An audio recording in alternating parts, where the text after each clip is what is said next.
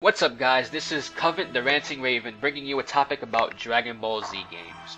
Now many of you who played a lot of Dragon Ball Z games, most likely are big fans of the series, have their fair share of games that they thought were absolute crap.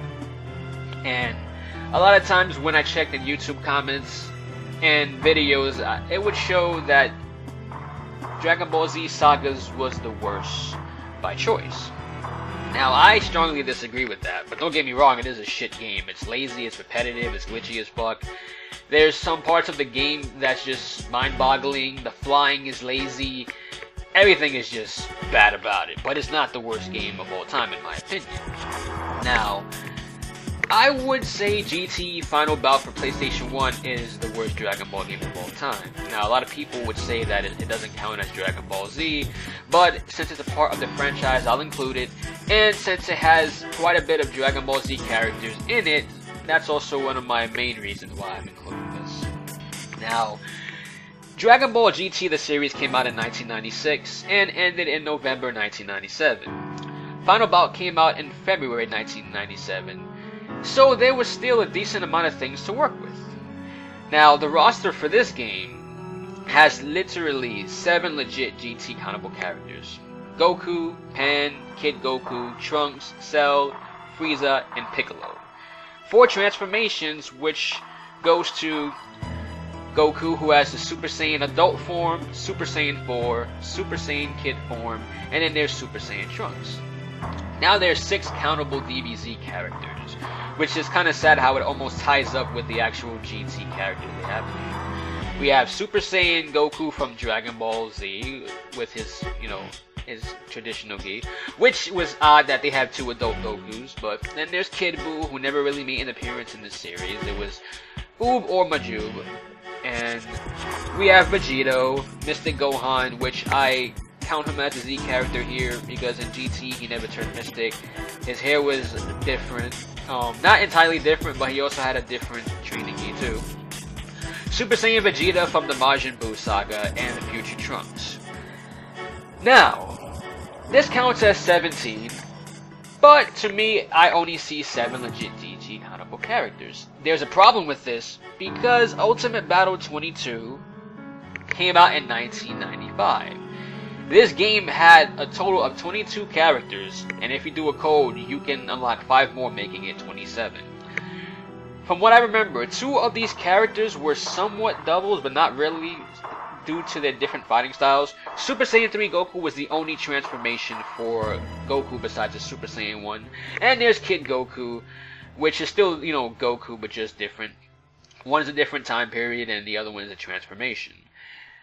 So technically, you have a chunk load of characters that are still different and all are relating to Dragon Ball Z. That's a problem. That's a huge problem, especially when GT came way after. But it's more than about the roster. If you look at Dragon Ball Z Sagas, there's 11 characters total, and everybody is literally a different character. Well, Future Gohan, I kind of count him too since he's from a different timeline, but as far as rosters goes, it's pretty clear that GT Final Bout took a huge step back from Ultimate Battle 22, and I only give Sagas a pass due to the fact that it's action-adventure. And it still had more characters than Legacy of Goku, so that was pretty nice. That was pretty nice to see for that. Now, when it came to the actual gameplay, I'll admit Dragon Ball Z Sagas was a bit bad.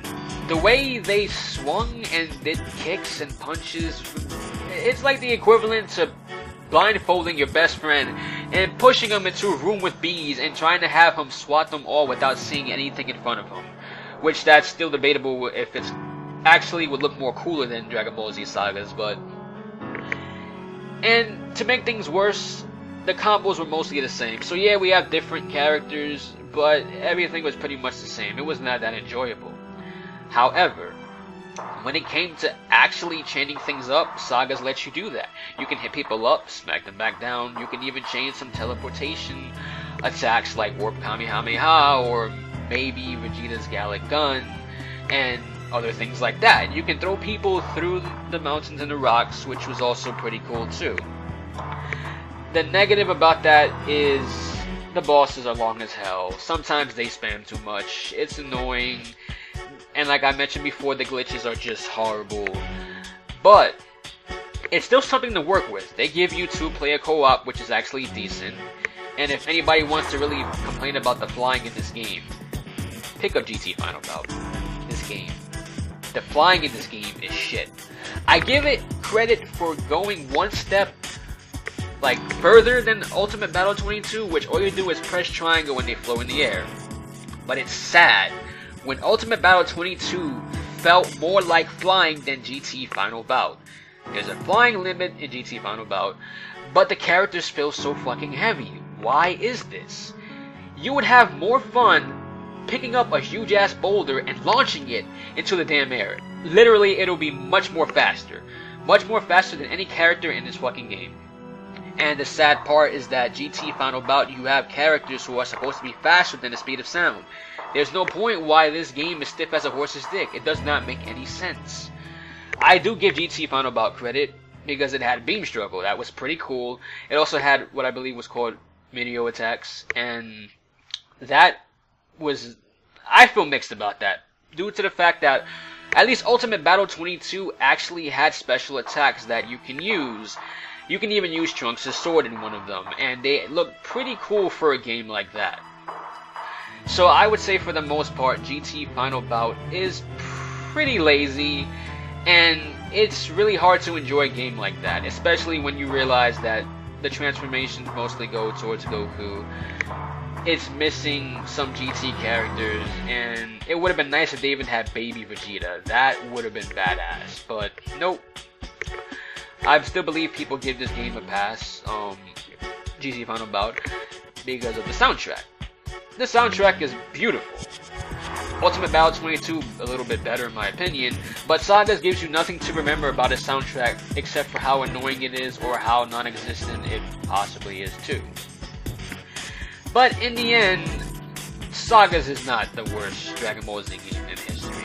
It pisses us off, yeah, and it is more newer, well, it's way newer compared to GT Final Bout, but I think Final Bout made the most mistakes, and I felt this game was just complete crap and could have been so much better. Sagas, obviously, I enjoyed more.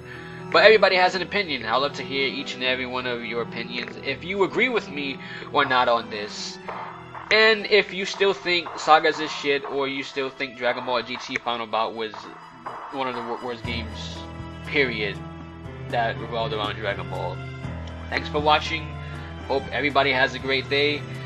Comment anything you like. I don't care what it may be. Express your opinion. Don't hold back. I don't like when people hold back. Everybody be yourselves. That's what makes this more fun. And this is what's going to make doing more of these topics enjoyable.